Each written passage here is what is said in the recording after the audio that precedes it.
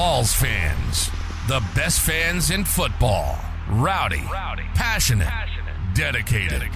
And this is where Vol Nation comes to talk.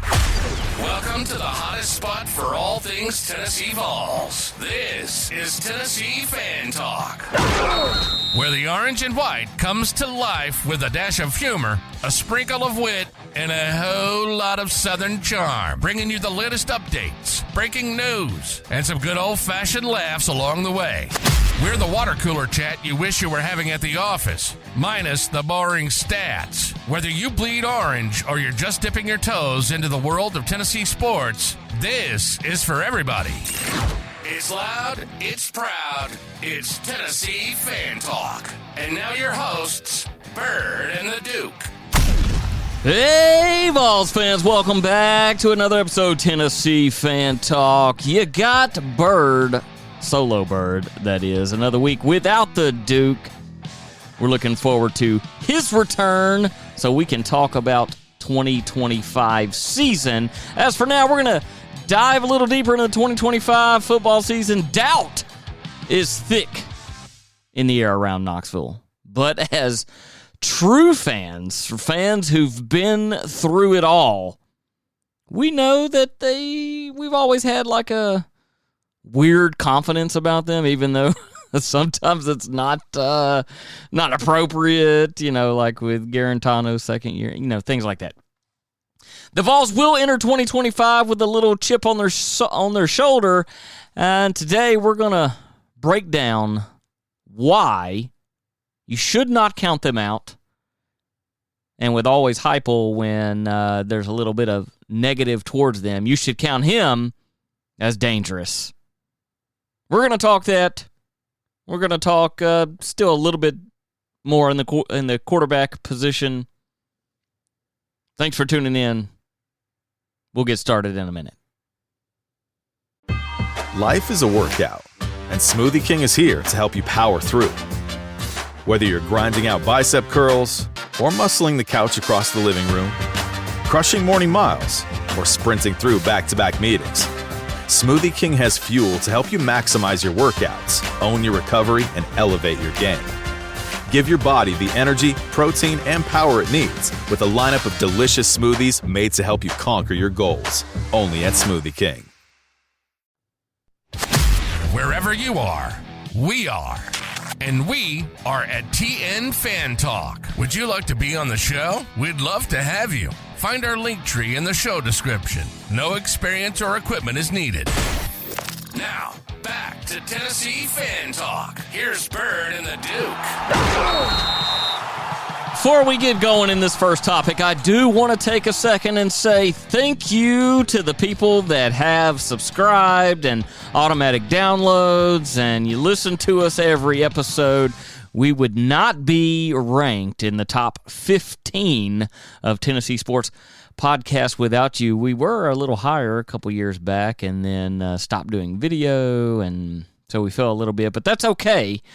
We'll see what this year holds for us. Thank you again for your contribution to that.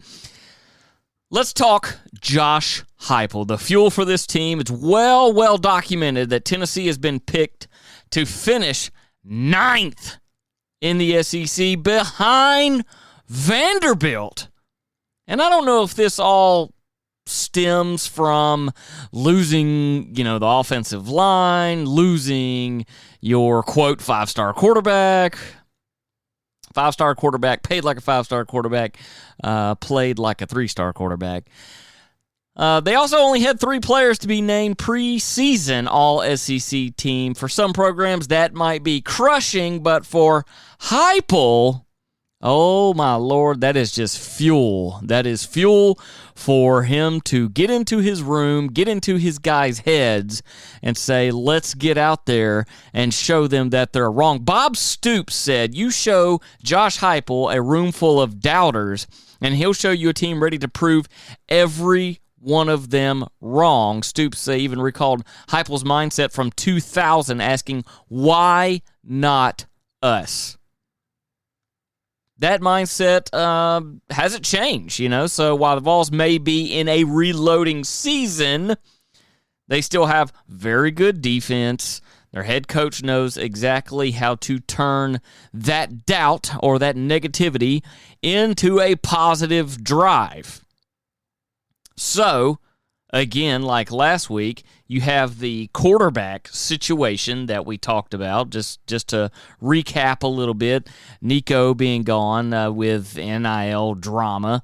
He stopped showing up and walked away from the program, ghosting coaches. And even Urban Meyer said Tennessee screwed without Nico. You want to talk about lighting up a quarterback room. Hearing someone, we'll just say controversial Urban Meyer, but still good coach. Tennessee screwed without Nico. In the quick turnaround with Nico's leaving, the Vols turned to the App State transfer that we talked about last week. It drew skepticism. A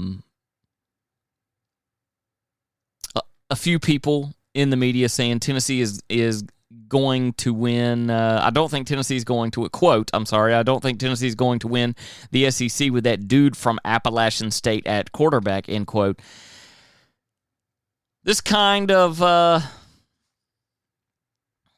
At least he has. Here's the thing: is he had to transfer out. He needed to transfer out, and he's someone who has taken snaps in the NCAA. The other two guys in the room have not done that, unless it was fourth quarter, whatever, and then of course in the spring game.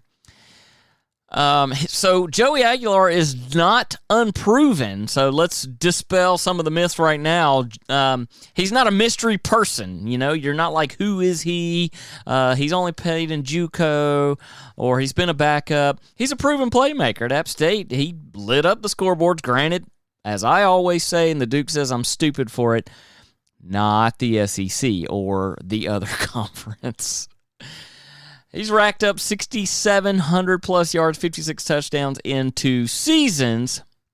Small brief stop at UCLA for last year, and then now going to Knoxville. He has a big arm. He's poised under pressure, which is what you need in Knoxville, especially with the big arm, and being accurate with the big arm is going to be the question. Can he be Hooker-ish? According to ESPN's Bill Connolly, Joey Aguilar actually holds a clear edge over Nico I'm gonna leave you in one crucial skill: scrambling. Nico, Mr. Run Out of Bounds on fourth and whatever, didn't look that great. Didn't look. Maybe he wasn't big enough. I said, for him coming in for his first year, he better put on 15, 20 pounds of something. And maybe he did, but he still didn't look great running. Connolly states Aguilar is, quote, far better at scrambling and, quote, takes far fewer sacks. Again, fewer sacks in a different conference. This is a key trait for Josh Heupel's fast-paced offense. So, Nico had 28 sacks last year. Aguilar only went down 15 times, so he is a better scrambler. Pocket awareness could help him in that tight QB race.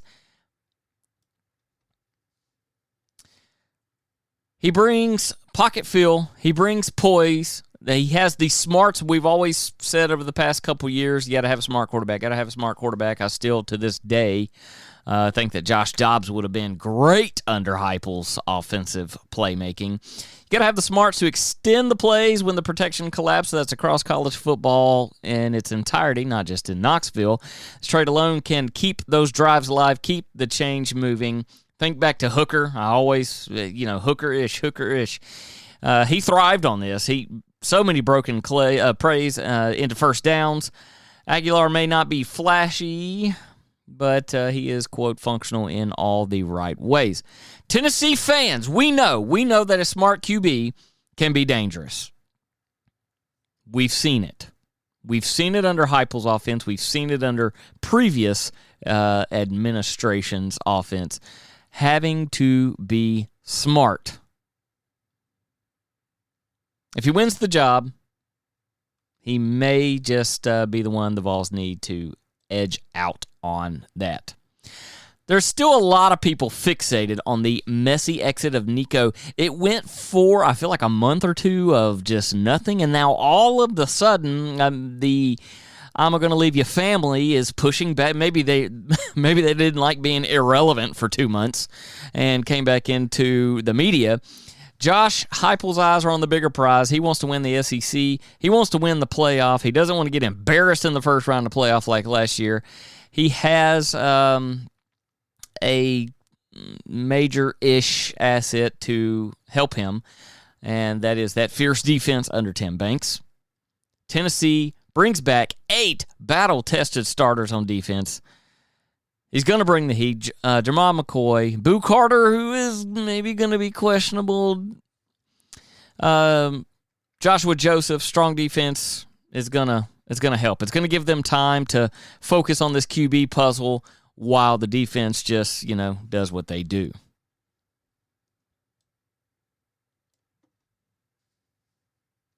We're going to take a quick break, and then we're going to say the big question. What will Tennessee's record be in 2025? Wherever you are, we are. And we are at TN Fan Talk. Would you like to be on the show? We'd love to have you. Find our link tree in the show description. No experience or equipment is needed. Now, back to Tennessee Fan Talk. Here's Byrd and the Duke. So we definitely want to wait until the Duke is back before we go game by game. So we'll just look at other people's prediction for this. On 3 is someone that I just like to slightly follow. There's a couple of people out there I like to look at. Tennessee won 4 games scoring in the 20s. Prior to last season, they only had won 1 game scoring less than 30. So they've adapted, right? The offensive personnel truly explodes if Joey Aguilar finds his stride. Receivers like Travis Smith or Chris Razzle pop up. The wide splits in their offense create advantages in the run game. You can't, with as wide as they are, it's hard to defend the entire field. So if we can get some speed on the outside and some play calling, that will hopefully confuse some safeties. And we have the run game to match or to mix it up, we could see another Hendon Hooker type season. On 3's specific prediction for 2025 is a 9-3 record. I'm similar to that. Well, like I said, don't want to get into it. They say Syracuse, ETSU, of course, UAB, Mississippi State, Arkansas for avenging last year's loss over there, which shouldn't have been, Kentucky, New Mexico State, and significantly a win at Florida in the Swamp. There's a big asterisk for me. That would be the first win in Gainesville since George W. Bush was president. Huge win for them, and of course that could reaffirm the direction of the program, huge morale boost, blah, blah, blah. And then a win over Vandy, of course, automatic to finish the year. So on 3 says predicted losses, Georgia, Alabama, Oklahoma, which Oklahoma will be in revenge mode themselves. I don't know. 9-3 is not a bad season. I wish that we could find a way to beat Georgia. I think they're the 3rd game of the season, which is weird. 9-3 in the SEC, not bad, and they could be a playoff team. So you got it, Vol Nation. The doubt is there. On 3 made their predictions. The Duke and I will be breaking it down game by game in the upcoming weeks. You got the Heupel mindset. You got the potential of Joey Aguilar. You've got the defense returning. Luckily, the defensive coordinator is returning. They have a couple more very, very strong defensive winning years He won't stay around for that. Someone will come and poach him. You take all of these, you get a team ready, you use all that negative to pump them up, and hopefully they go out and prove everyone wrong. What are your predictions for 2025?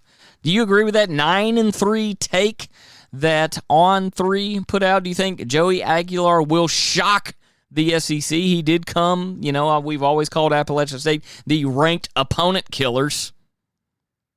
Will he do it? We're going to put out the question on social media, and we want to hear what your thoughts are prior to us breaking it down game by game. As always, thank you for tuning in to Tennessee Fan Talk. We'll catch you on the next one. Go Vols. You've been listening to Tennessee Fan Talk. It's where the orange and white come to life. If it has anything to do with the Vols, we're talking about it. Thanks so much for listening to the show. We hope you've enjoyed it. Make sure to like, rate, and review.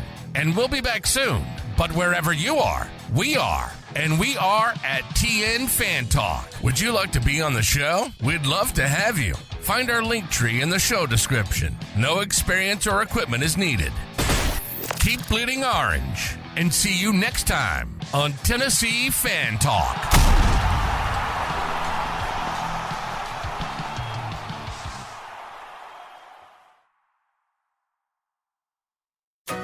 Shop the Sherwin-Williams July Summer Sale and get 30% off paints and stains July 18th through the 28th. With prices starting at $34.29, it's the perfect time to transform your space with color. Whether you're looking to revamp your interior or exterior, we have you covered with bold hues, soothing neutrals, and everything in between. Visit your neighborhood Sherwin-Williams store or shop the sale online. Delivery available on qualifying orders. Click the banner to learn more. Retail sales only. Some exclusions apply. See store for details.